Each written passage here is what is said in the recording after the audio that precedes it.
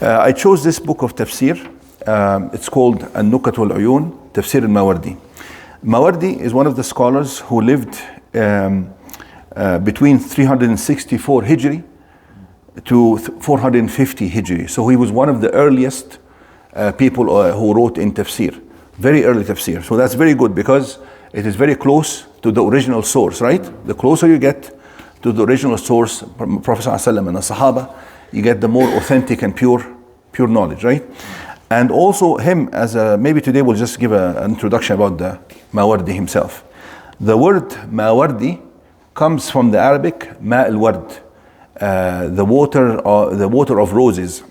This in our countries there's something called Ma al-Ward, water that has the scent of rose, or maybe they make it with rose. They squeeze rose leaves onto it. Is this? It's also in Pakistan as well. Yeah, we don't see it here in the West. Have you? No, we have here. They have it. All Arab store they have. The Arab store, but the Western people are not familiar with Ma al-Ward. So Mawardi, because his father he worked in selling this kind of water. So he was a merchant of this water. So that's why he's called the Mawardi. Imam Mawardi, he lived a long life. He died maybe when he was 84.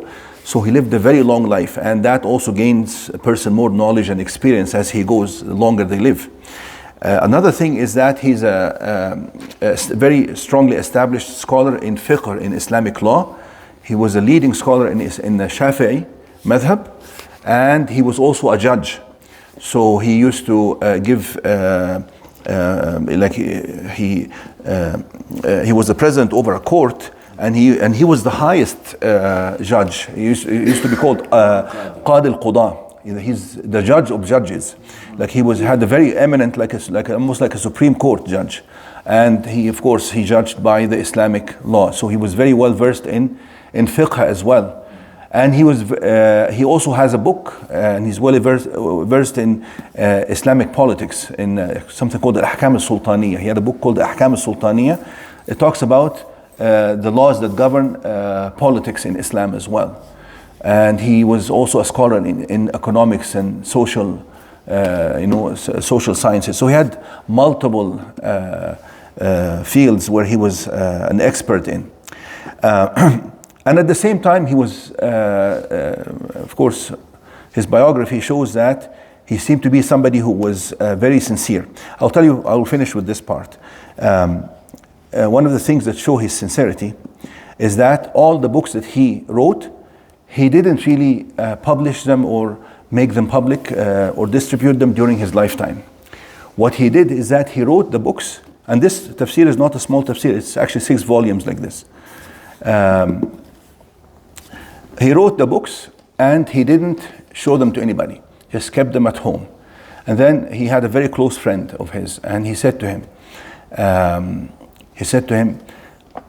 the moment, like if I reach the level where I'm dying, I mean he was sick at the time, I have books that I've written, but I don't want to distribute these books and make them public yet. As I'm dying, if I go like this to you, it means that Allah has accepted my efforts. Go ahead and publish the books. If I don't do this sign to you, then take these books and throw them in the river. I don't want anybody to read them. Subhanallah. Huh? Ikhlas. Subhanallah. One of the very amazing stories of sincerity. Subhanallah. Because even it's very beneficial.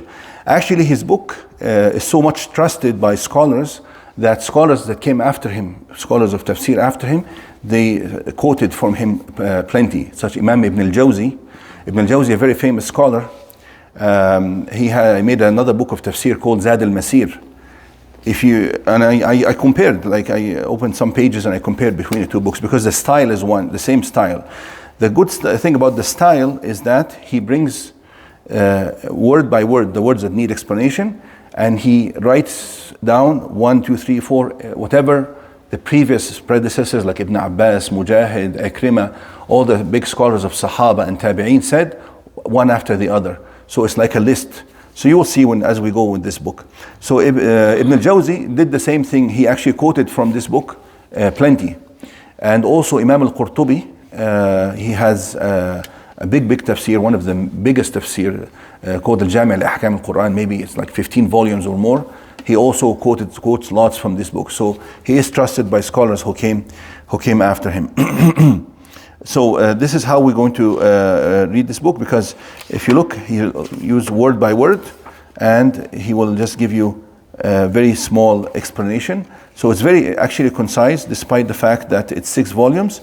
But as we read through it, you'll find that it's easy to go through an ayah. He'll just say 1, 2, 3, and there will not be too much talk. We'll stop here, inshallah.